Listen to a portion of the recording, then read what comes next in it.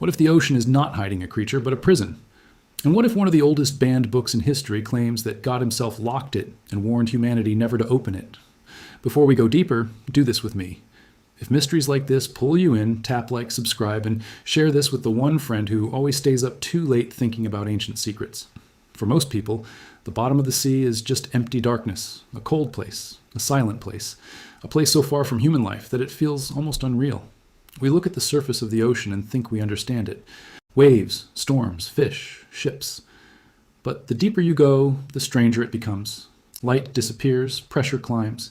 Heat bursts out of cracks in the earth. Entire landscapes sit below us that no ancient person should have known anything about. And yet, in one of the most controversial ancient texts ever written, there's a passage that sounds less like poetry and more like a warning. That text is the Book of Enoch. For centuries, Enoch has carried an unusual reputation. It was treasured by some, rejected by others, quoted by early believers, preserved in Ethiopia, and later rediscovered in fragments among the Dead Sea Scrolls. That alone makes it fascinating. But what makes it unforgettable is the way it speaks. Enoch does not always sound like someone giving lessons. Sometimes he sounds like someone reporting what he saw. Rooms, gates, stone, fire, darkness, chains, boundaries, sealed places. And in one of its most haunting sections, the book describes a hidden region connected with the Great Sea. A place beneath or beyond normal human reach, where rebellious beings are held under divine restraint. Now, to be fair, the Book of Enoch is not part of most modern Bibles. Many readers have never opened it. Many church traditions do not treat it as scripture. Scholars debate its origins, its authorship, and the meaning of its strange imagery. So this video is not about forcing certainty where there is debate. It is about asking a serious question. Why does this ancient text describe a deep, terrifying, sealed place associated with the waters, the depths of the earth, and imprisoned beings in language that feels so physical? That is the tension at the center of this story. Because once you see it, you cannot unsee it. The Book of Enoch presents a world where heaven, earth, and the abyss are not vague ideas floating in religious language. They are connected realms. There are borders. There are watchers. There are judgments. There are places prepared in advance for those who crossed lines they were never meant to cross. And, in the middle of this, Enoch is shown scenes that sound shockingly concrete. He is taken to places of darkness. He sees burning phenomena rising from below. He sees prisons. He hears explanations from angels. And what he is shown is not described as random chaos. It is controlled, marked off, restricted, sealed. That last word matters. Sealed means somebody closed it on purpose. Not lost, not forgotten, not buried by accident. Sealed. And if it was sealed, then the obvious question is why. To understand why this idea hits people so hard, we need to step back and understand what kind of book Enoch is. This is not a simple narrative like Genesis. It is not written like a modern history book either. It belongs to a world of visions, symbols, heavenly journeys, and cosmic judgment. But that does not mean every detail is meaningless. Ancient apocalyptic writing often used symbols to describe real spiritual claims. A mountain could represent power. A star could represent an angel. Fire could mean judgment. But Enoch often mixes symbolic language with descriptions that sound geographic, material, and almost observational. That is where readers begin to divide. One group says the whole thing is symbolic. In that view, the sea, the darkness, the fiery structures, and the prison are spiritual metaphors. The text is dramatizing evil, rebellion, and final judgment in visual form. Another group says not so fast. They point out that Enoch does not merely say he saw evil in general. He describes locations. He describes boundaries. He describes divisions between regions. He describes places prepared for certain beings. The imagery is dense, yes, but the repeated emphasis on confinement, separation, and designated zones makes the material feel less like dream language and more like testimony filtered through ancient vocabulary. That is what makes the ocean floor theory so compelling to many viewers. It is not just that the book mentions water. It is that some readers believe Enoch is describing something beneath the great sea itself, a place where divine judgment took architectural form. Think about that image for a second. A prison not built by men, a prison below the waters, a prison that holds beings too dangerous to remain free yet not destroyed. That alone is enough to keep people watching. But the story gets heavier once you connect it to the wider Enoch tradition.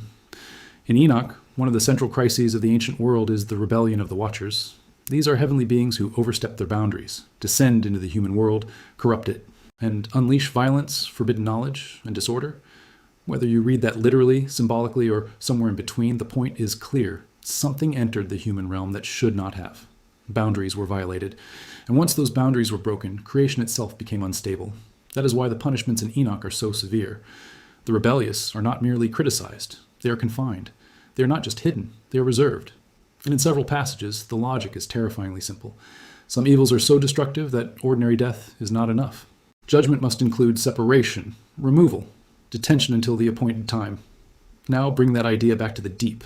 If the text is even partly describing a real place, then the ocean is no longer just scenery. It becomes a wall, a lid, a cover placed over something humanity was never supposed to touch. That changes the whole emotional weight of the sea. The ocean stops being beautiful first and becomes forbidden first. Maybe that is why this subject grips the imagination so strongly. The sea already feels like another world. We know more about the surface of Mars than we do about large parts of our own ocean floor. Vast trenches remain barely explored.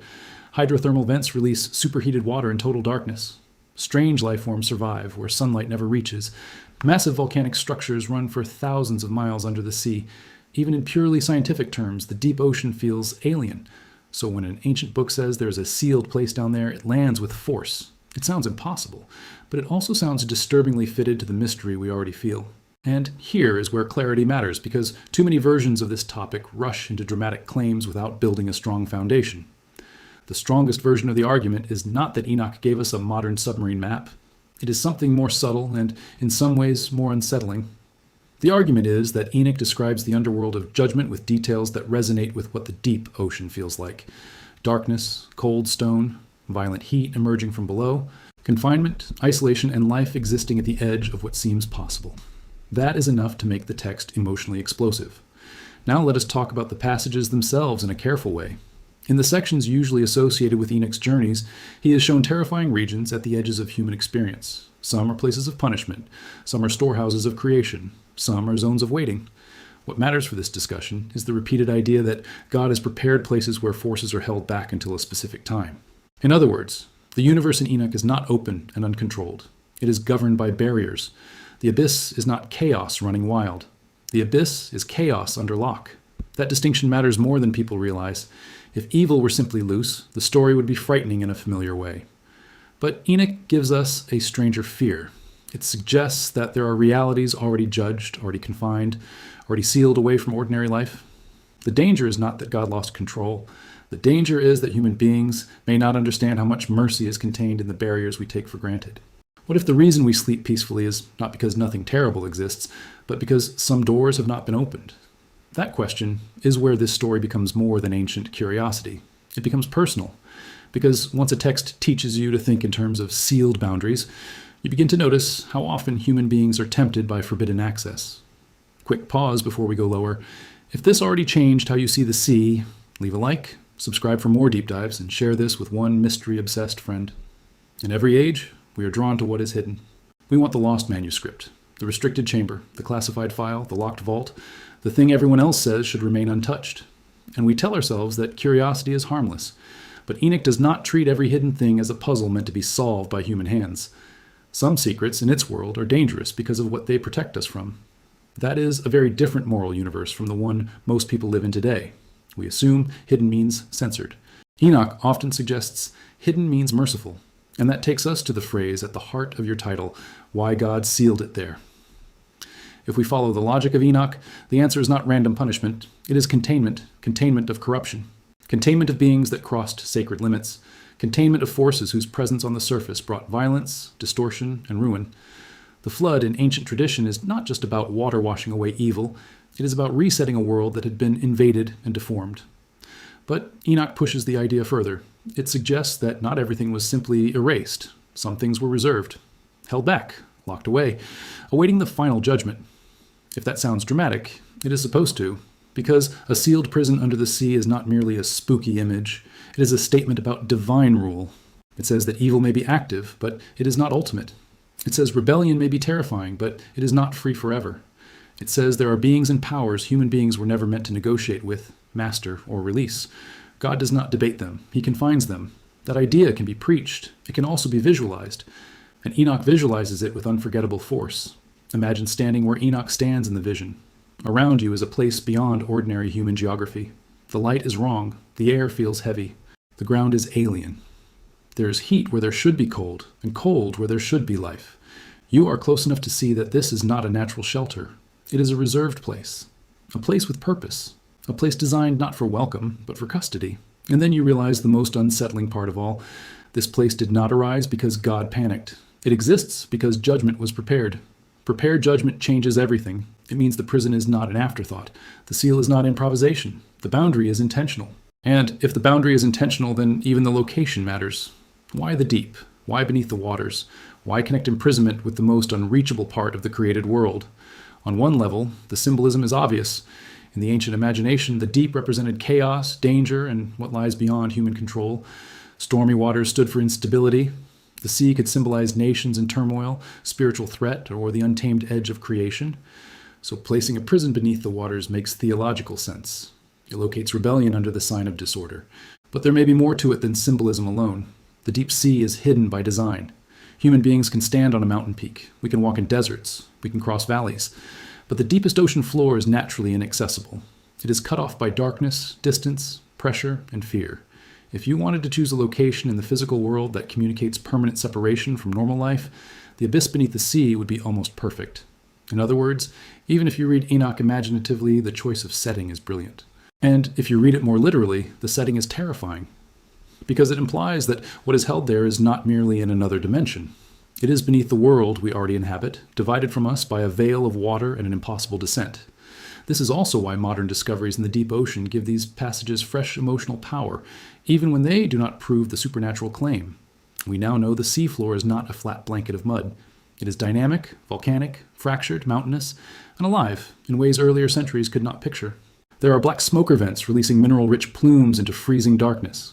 There are fields of strange organisms clustered around heat sources. There are microbes buried beneath seafloor sediments, surviving in ways that challenge normal ideas of life, dormancy, and time. There are entire ecosystems thriving without sunlight. That does not prove Enoch was giving a scientific report, but it does sharpen the eerie resonance, because the ancient image of a dark, burning, hidden underworld beneath the waters no longer feels like empty fantasy. The deep really is a place where fire and darkness meet. The deep really is a place where life can persist beyond ordinary expectation. The deep really does hold structures and processes few people ever see. And that is where this topic becomes so powerful on YouTube. It sits at the intersection of text, fear, faith, and discovery. It invites believers, skeptics, historians, and curious viewers into the same room while refusing to let any of them leave comfortable. The believer asks, did Enoch see something real? The skeptic asks, are we reading too much into poetic language? The historian asks, how did these traditions develop? The ordinary viewer asks, why does this feel so possible even when I am not sure I believe it? That last question is the one that keeps watch time high, because good mystery is not built on certainty. It is built on pressure. And this story has pressure everywhere. There's the pressure of the ocean itself. There's the pressure of ancient suppression and preservation. There's the pressure of religious tension around banned texts. There's the pressure of not knowing whether we are reading symbolism, memory, warning, or all three at once. And then there's the deepest pressure of all, the fear that some boundaries exist for our protection, not our limitation. That fear deserves more attention. Modern culture celebrates exposure.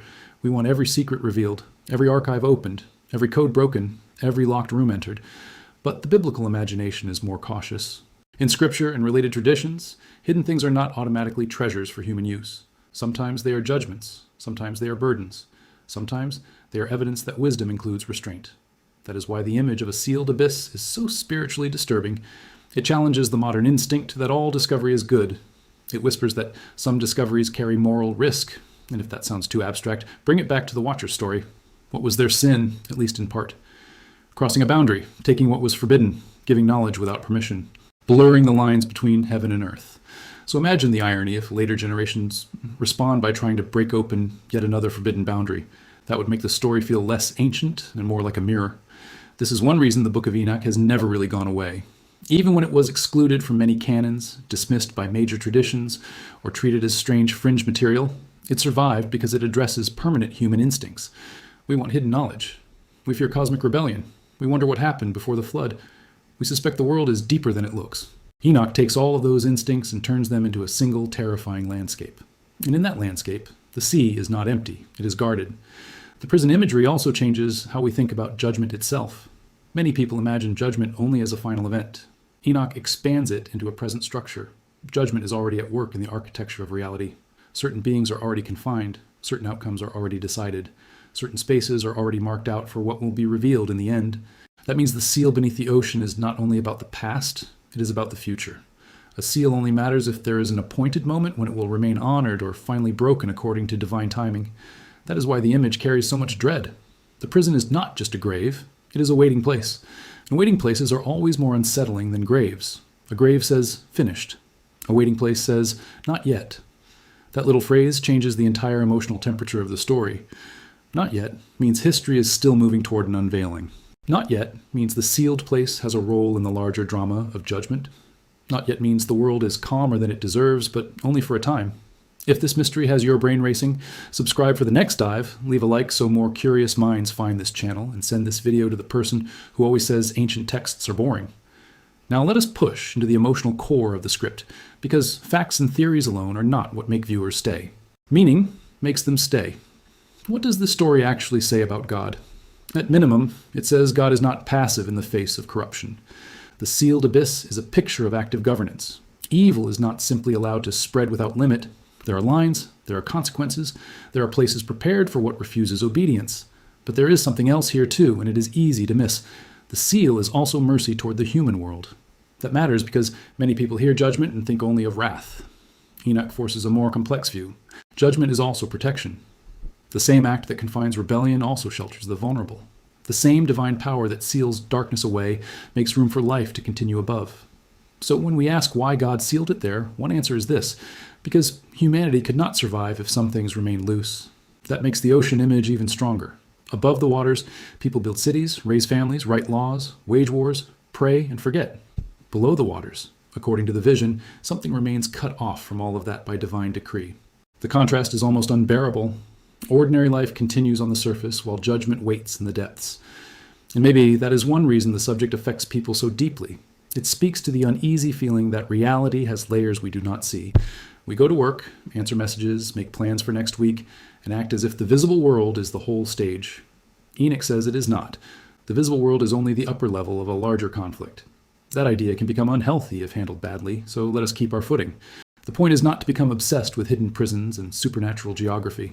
The point is to recognize the worldview the text presents. In that worldview, moral rebellion is not trivial. Creation has structure. Judgment is real. And hidden barriers are part of how God restrains chaos until the proper time. That worldview explains why the text feels so heavy even now. It restores seriousness. It reminds us the universe is not random. The deepest darkness is not outside God's reach. And what humanity calls secret, God may call secured. Now, let us address one more reason this topic gets people emotionally invested: the history of suppression. When people hear that a book was left out, hidden, or restricted, they feel the pull immediately. Was truth covered, or were readers being protected? The question alone creates tension. With Enoch, the answer is complex. The book was not erased. It survived in the Ethiopian tradition, remained known in the ancient world, and later appeared in fragments among the Dead Sea Scrolls. But for many readers, Enoch still became distant, controversial, and unfamiliar. That distance creates mystery. Mystery creates hunger. And hunger makes every strange line in the text feel larger than life. But the real power of Enoch is not merely that it was sidelined. The real power is that when people finally read it, they discover a world far more structured, haunted, and morally intense than they expected. They expect weird mythology, and instead they find a universe of boundaries, transgression, restraint, stone, fire, darkness, depth, and confinement. That grounding is why the ocean floor idea survives. It may not convince everyone literally, but it leaves an impression almost no one forgets. And that brings us to the most haunting possibility of all. What if the purpose of the vision was never to satisfy our curiosity about location? What if the purpose was to humble us? Think about how modern people approach the unknown. We assume that if a mystery exists, it exists for us to solve. But what if some mysteries exist to teach proportion? To remind us that we are creatures, not masters? To show us that the moral structure of reality is older, deeper, and harder than our appetite for access? In that sense, the sealed prison beneath the sea becomes more than a theory about hidden beings. It becomes a revelation about human limits. You do not need to know exactly where the prison is for the warning to reach you. You only need to know that God seals what human pride would mishandle. And if that principle is true in the vision, it may be true in life more often than we like. Some doors are closed because love closed them. Some depths are hidden because mercy hid them. Some knowledge is withheld because power without purity always destroys. That theme connects Enoch to every age, including ours. We are technologically advanced, but morally restless. We know how to reach farther than ever before, but we do not always know what should remain untouched. We can descend into trenches, split atoms, rewrite code, and map hidden spaces, yet wisdom still asks the old question: should every door that can be opened be opened? Enoch answers with a chilling image. Not every seal is an obstacle. Some seals are protection, some seals are judgment, some seals are the thin line between order and ruin. That is why the ending of this story cannot be small. It should not end with a cheap jump scare. It should end with weight. Because whether you take the ocean prison as literal geography, visionary symbolism, or a blend of both, the message lands the same way. Reality is more guarded than it looks. Evil is more serious than modern people admit. And divine restraint is one of the reasons the world has not torn itself apart. So, picture the final image. Far below the storms, far below trade routes and coastlines and the noise of human ambition, below the reach of sunlight, there is the ancient idea of a sealed place, a boundary no empire drew, a lock no diver forged, a region associated not with discovery but with custody. Enoch stands before it in fear. He is shown enough to understand, but not enough to tamper. That detail matters. Revelation is given, but control is not. And maybe that is the truest part of all. We are allowed to know that the boundary exists. We are not invited to break it. So what is beneath the ocean floor in the Book of Enoch? At the surface level, the answer is a prison, a place of confinement, a zone of divine restraint associated with the rebellion of supernatural beings. At the symbolic level, it is the image of chaos chained, corruption contained, and evil driven away from the world of ordinary life. At the emotional level, it is one of the most disturbing ideas in ancient religious literature, that the deepest parts of creation may not merely be empty, but judicial. And why did God seal it there? Because in the logic of Enoch, some things are not meant to roam. Some forces are too corrupting to remain among the living. Some rebellions are so severe that mercy for the world requires confinement. And some judgments are not only punishments for the guilty, they are protections for everyone else. That is why this ancient vision still feels alive. Not because it flatters our curiosity, but because it confronts it. Not because it gives us easy answers, but because it leaves us with a terrifyingly clear possibility. The world is safer than it should be, and part of that safety may rest on doors God has chosen to keep shut. So the next time you look at the ocean, do not just think about its beauty. Think about its depth. Think about its silence. Think about how little of it we truly know. And then remember that one of history's most mysterious books dared to suggest that beneath that darkness lies not just geology, not just ancient life, not just volcanic fire, but a warning written into the structure of reality itself. Maybe Enoch was describing a vision in symbols. Maybe he was shown something beyond ordinary explanation. Maybe the language of prison, fire, and deep waters was the only way an ancient mind could report a reality too overwhelming to process. But whatever your conclusion, the image remains. A sealed place, a divine boundary, a judgment waiting in the deep, and a God who looked at what had corrupted the world and decided it would not be allowed to rise freely again. That is why the story endures. Because long after the names of kings are forgotten, long after arguments over manuscripts fade, long after every theory comes and goes, one question keeps echoing from the dark below. What if the most frightening thing under the ocean is not what evolution made, but what judgment chained?